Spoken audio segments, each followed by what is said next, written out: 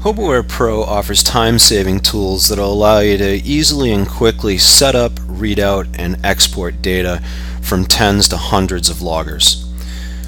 Before you do this, you need to go to the Preferences and set up a few options. As you can see, we have the Launch, Readout, Open, and Export settings, which we're going to want to take a look at all these.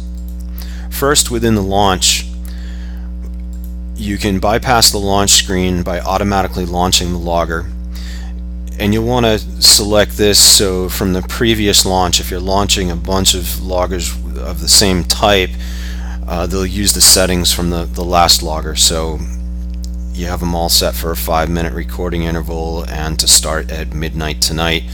All the loggers that you program after that will be programmed with the same thing.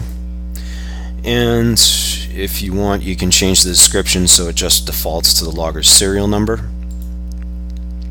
In terms of the readout time saving, you can have it so that it automatically saves, and you can have it so that it automatically plots. And we'll go by the ask me to stop it.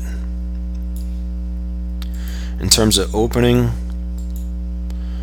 again, we'll go by the plot setup, and the export preferences here is worth taking a look at. You can either export this in CSV or Excel. I'm going to select Excel. There's a few other things that you can select in here in terms of date and time formats, but the important one is coming down to the automatically export table data. And we'll select that, and we're also going to bypass the export dialog.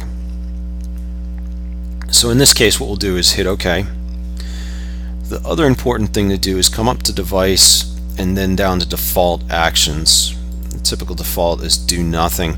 In this case, what we're going to do is every time you plug in a logger, those settings that we just set up will now automatically execute that. So whether that's launching or reading out, I will do the readout. And what I'll do is plug in a UX100 logger.